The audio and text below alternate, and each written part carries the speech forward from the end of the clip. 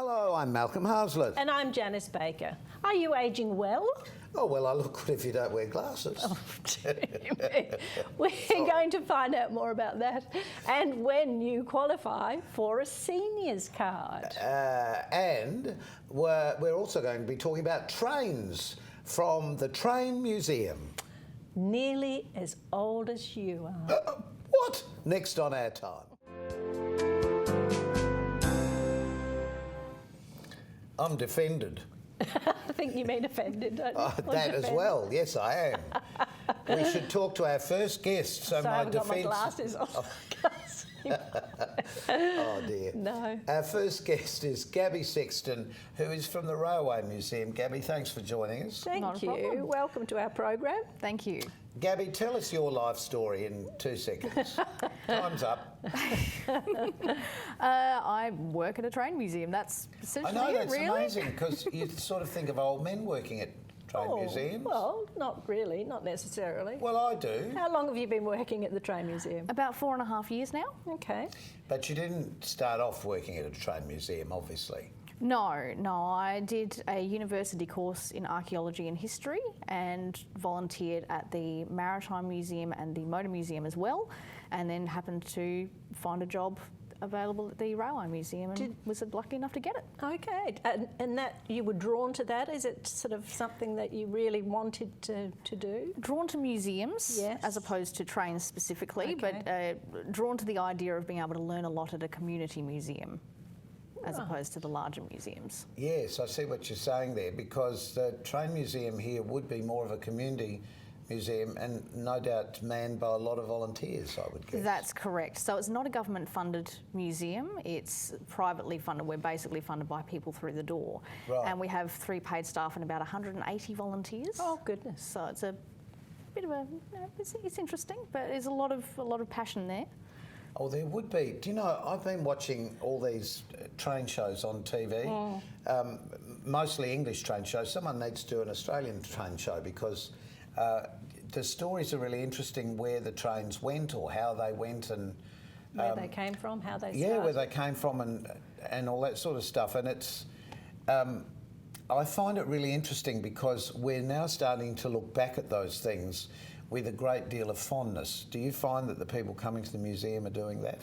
Absolutely, absolutely we do. So we have a lot of families who come through, and we have a lot of grandparents who bring their children through and show their children the trains that they used to ride on when they were younger. So we tend to have quite a few that we used around South Australia specifically, and it's great for grandparents to be able to show their grandchildren, look, I rode on this train when I was your age. It's a really great bonding experience for them. Do you remember, did you remember riding on trains in England? No, we didn't. I don't know why.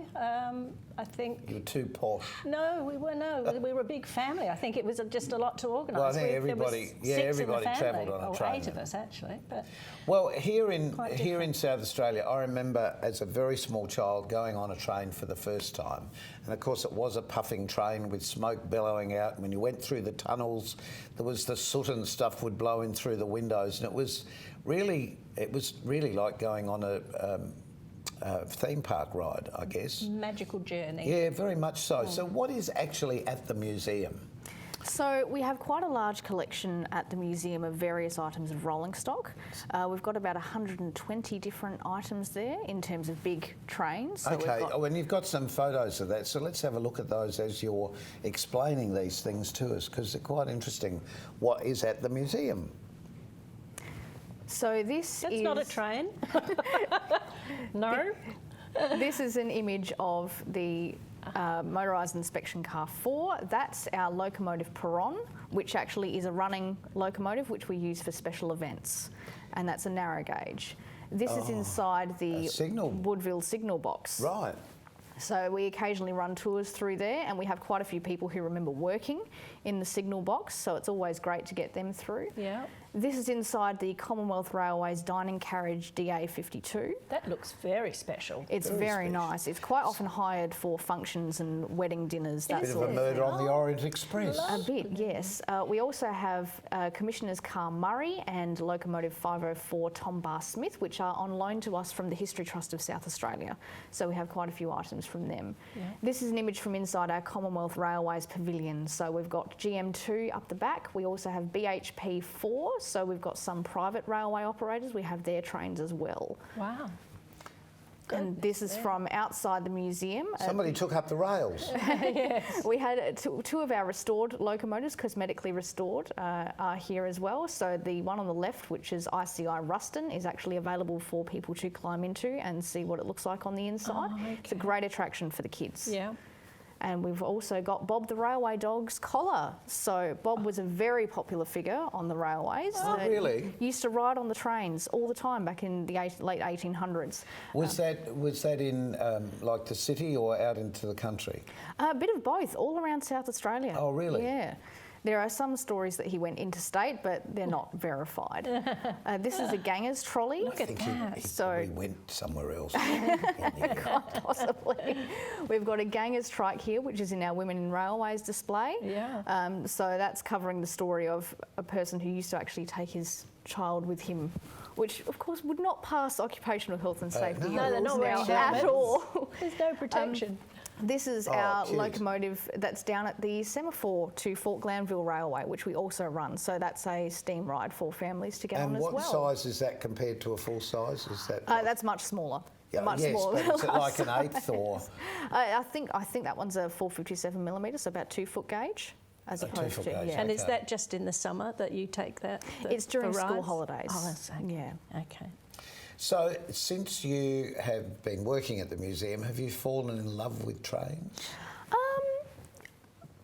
More so with the romance of the rails in terms of particularly the older trains, how beautiful some of them can be, such as the carriages. There's very much a Murder on the Orient Express vibe, as you said before. They certainly knew how to travel in style, particularly back in the 1920s. I suppose that's what became, though, first-class travel in the air Yes. that took over. Yes. You know, and it's probably cruising, I suppose. Cruising, I suppose, was the equivalent to the trains, but on the ocean back in those days. But I think it's unfortunate and fortunate at the same time that some of the train lines still exist, like the train line at the Pitchy Ritchie. Is it Yes. the Pitchy Ritchie railway line? Is Yes, that what that's it's called? the one, yes. So that runs up through Corn and they still run up there. They've got a very strong volunteer base up there and they run trains as well. So both local people who live here in South Australia and visitors to South Australia have an opportunity to see how we travelled, I guess. Absolutely they do. Where would you like to see this going in the future? Museums, and is it more interactive displays or being able to go on board trains for little trips? It's a bit of both. It's important for us to find more ways for people to engage with history so that it's not forgotten. The old idea of museums being everything in cases, I mean, obviously for us that doesn't work. You can't put a 15-metre train in a case. It's just not physically Difficult. possible.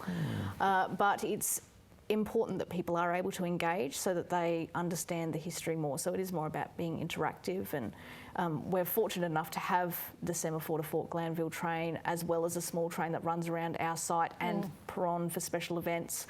So we can do that for people, but it's certainly something we'd be looking at doing more if we could. How big is your site? Because you do have a fair bit of machinery Hardware. there. Yes, Yeah, hardware. what do you call it? It's Rolling stock. rolling stock. stock. We call it rolling stock. So the site Even if is it doesn't roll. the site is quite large. I'm not sure in square metres how large it is, but we have 2 pavilions. We have a heritage listed goods shed, and we also have a lot of open space around there as well. So it's big. It's big. It used to be part of the site of the old Port Dock station, so it's large.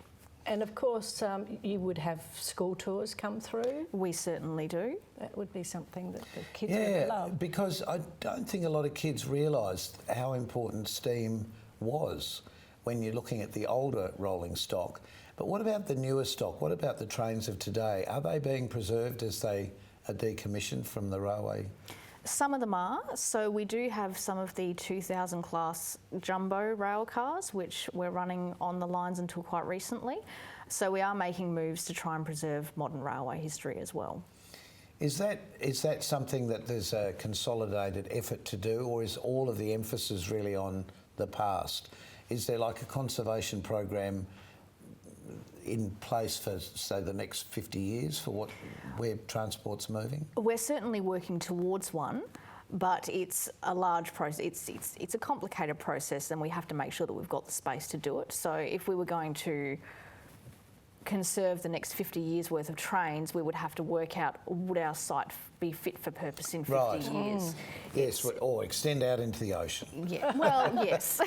Are you still looking for volunteers? I'm just thinking if someone's watching this and are really keen to I hope help. someone's watching. Someone's talking to watching ourselves. that are keen to join you. Oh, we're always looking for volunteers. Are you? Always looking for volunteers. And what do volunteers get out of volunteering for this? Is it the touchy of the old machinery? Is it just the experience of having a hobby? What is it? Well, it depends on the area they want to work in. So for many, it can be quite a social experience because you're working with groups and teams. We've got volunteers in our shop. So if you want to build skills with customer service, you can volunteer in the shop. We have volunteers in our archive who work on cataloguing our collections. We've got our photographic archive as well, which is involved with digitising all of our photographic history. We've got our steam shed where we have fitters and turners, boilermakers, all.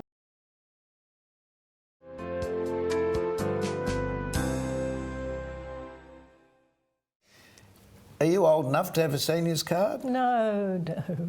Yes, you are. I've got yours right there. Our very special guest in this segment is Evelyn Hayes, who is the manager of the Seniors Card and Business Services for the Officer for Ageing Well. Hello. Are we ageing well? Absolutely, ageing well. Thank you very much. Are you old enough to have a seniors card? No, I'm not. No, Unfortunately. doesn't look Now, old enough. I guess everybody sees as they age as a rite of passage, I guess, to get a seniors card. But we were just fascinated to find out it's not common for everybody across the country to get it at a particular age. That's right. So how does all this work? So in South Australia, to have a seniors card, you need to be 60 years of age. You need to be a permanent resident of SA and not working more than 20 hours a week in paid employment. So it's for people who are retired or coming into retirement. Across the country, the eligibility criteria does change. In some states it's 60, in some states it is rising to 65 in line with the pension. Oh, I'm glad I live here. But we're keeping it at 60 and we have 380,000 seniors card members in South Australia alone. So it's about a third of the population. So I guess if you don't have a seniors card and you're heading into that direction of age, that would be what it would look like eventually. That and is the way to apply for something like that is just through your post office, isn't it? So we do have application forms available now at all libraries. There's about 300 libraries across the state. But we're finding now that a lot of people who are 60 are applying online. So we're getting about 75% of our applications are now coming in online. And a lot of people are opting in to receiving our digital magazine, which we send out fortnightly, and also fantastic, and also our special offers that we send out on behalf of our business partners all by email. So, and we've also just got a brand new Facebook page as well. So that's breaking news. Oh, okay. Do you think, though, the pickup of things like Facebook and obviously using computer technology for our age group, because we sort of have come in at the end of all of this, and most of us, I guess, are still in business, so we're using those things on a daily basis. So to get an email of that information is great. But what about the people who don't or are not savvy computer-wise and so on? Well, certainly for the people that would prefer to apply via a hard copy form, they're available at libraries. And we also produce an annual seniors card discount directory. This one? That's so right. this is this book here? That's right. So we produce this in hard copy and it's available at libraries and council offices, community centres right across the state. Okay. It's valid for the whole calendar year and in it is hundreds of places where members can go to get discounts. There are. So we work with about 700 businesses across the state, both metro and regional, to offer discounts and benefits to our members. So But that's it's not even holiday and travel. I was going to just say, when you're away on holiday, take your seniors card because you could sometimes use it for House and purchasing train tickets. Yeah, so the way that the seniors card works across the country is that most of it is reciprocal. So if if you travel to another state, you can certainly get discounts at businesses there, and likewise when people come to South Australia. Well, yes, there's lifestyle and something if I only had glasses on. There's consumer information, there's professional services. What we're finding is that the Seniors Card program has become a really valued source of information for older people as well. So we like to work with consumer and business services and a whole range of other organisations to provide really valuable information to older people.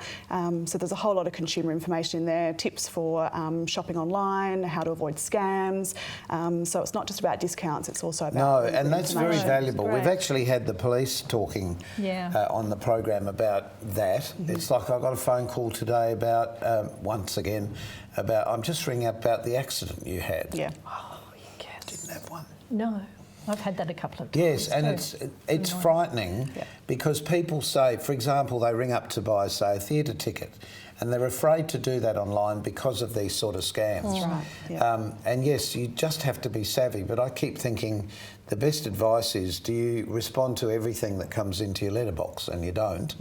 We throw away all the stuff we don't want usually. Exactly. And it's pretty much the same with the email situation. That's right. But when it comes from an organisation like this, we know it's government, we know it's government backed. Yeah.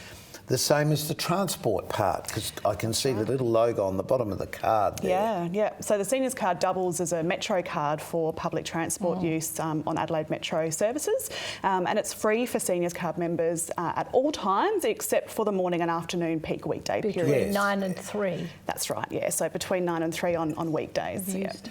I use the tram because the tram's great. No, but I said to my friends when they'd go, oh, I'm turning 6, I said, it's great. You get a seniors card, you get cheaper movie tickets, you get free bus rides. Yes, that's right. Fantastic. And that's it. I mean, we're part of the Office for Ageing Well, and you asked earlier about ageing well. You know, part of what we are trying to do is help people to age well and to stay connected with their communities and, you know, continue to live really meaningful lives. And so, yeah, that's part of what we're doing within Office for Ageing Well. This is a bit of a question way out of the blue, but what's the average age now? How long do people generally live now? Because clearly it's changed from the 70 years and 10. Yeah, look, I couldn't tell the exact numbers, but it is definitely increasing. Life expectancy is increasing, and you know, we have to keep up with all the changes. So, you know, certainly we make sure that you know, the older people that don't want to embrace technology, we certainly look after them. But a lot of older people are demanding technology options, and so we're having to make sure that we keep up with them as well. I was with an 85-year-old this afternoon, and she had her tablet, and she was showing me stuff on the tablet and having a great time. She said, "This has changed my life." Yeah. And the reality is we are actually embracing the technology. Absolutely. Considering that we weren't taught this at school when everybody, you know, today's generation was, which is really natural use. For us it was a pen and or pencil and paper. Yeah. Or as old as I am, it was an ink that you stabbed in the inkwell and wrote neatly on the piece of paper. And now the ability to type. That's one of the greatest things that I found 20 or so years ago. As a person in business, I had a secretary and she did all the typing for me. And I realised that I needed to know how to do this because men or boys were discouraged when I was at high school to learn to type. So all of those things is there something amongst this that people can learn more about that technology? Absolutely. There's a whole section in the directory which talks about how people can get help with technology. There's some great organisations out there. The Catalyst Foundation do some one-on-one courses. So if you go and buy a new iPad, you can go in there. They can show you how to get the best use out of it, which is really important for people to be able to stay connected, and also for us to be able to deliver some really great discounts and offers for them. As you said, you receive Weekend Plus, which is a digital magazine, and so not only is there news and information and special offers in that, but also competitions. So we have hundreds of people entering competitions every week. We've given away some amazing prizes over the years. We've done, I think, 170 editions now of Weekend Plus, and I mean the results speak for themselves. You know, people are reading it, people are using it as a really trusted source of information. Well, that's actually how I found you. originally to ask you to come on the program. Excellent. Through that. So, you know, it has benefits that you don't even think about. Yes. Yeah. So where do you feel this is all going in the future? Well, look, we're all ageing. So, you know, the way that I look at it is that, you know, I'd like to deliver a program where I can feel like I'm getting some benefits when I'm 60. And so it's a really rewarding role to be in. My team are really passionate about supporting older people to age well. We're in the middle of our photo competition at the moment called Through the Lens, which is a great example of how older people can learn at any age. And we've got lots of people that enter our photo competition that have only just started taking photos when they've retired. Okay. So we on have the phone? Generally not. Generally, the calibre of photos is incredible. So this is the 5th year that it's run now. We have an exhibition that runs at the City Library. In fact, the cover of the Seniors Card Discount Directory is last year's winner. It was nice for you to pose for that. Oh, cheeky. Sorry. Who? He comes out. Who? Sorry. She said. That's a great shot, isn't it? It's wonderful. Is that a local owl? It's a stupid question to ask. It's not a local owl, no, but it was a South Australian Seniors Card member who was travelling, I think got it's this WA, great shot. yeah, and got a fantastic shot of Ellie the owl. So. Ellie the owl. I didn't know anything about any of this. And people kept saying to me, you should get a seniors card. You're old enough to have a seniors card. You should have a seniors card. And to me, I sort of thought, in a funny sort of way, it's almost like your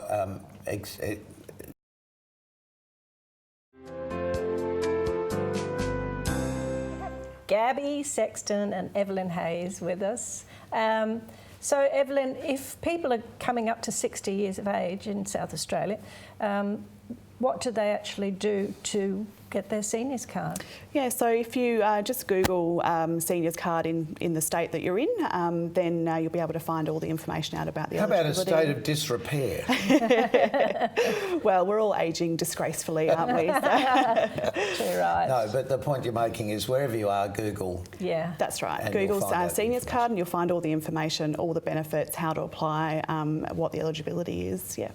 One of the things we didn't ask you before was, is the Train Museum open sort of every day, or when does it operate? Yeah, so if people want to visit the museum, we're open from 10 a.m. till 4:30 p.m. every day, except Christmas Day, which we're closed, and we open from 12 o'clock on Good Friday. How does Santa get around, or is he taking the train? Well, that's why we're not open. The trains are all out taking him around.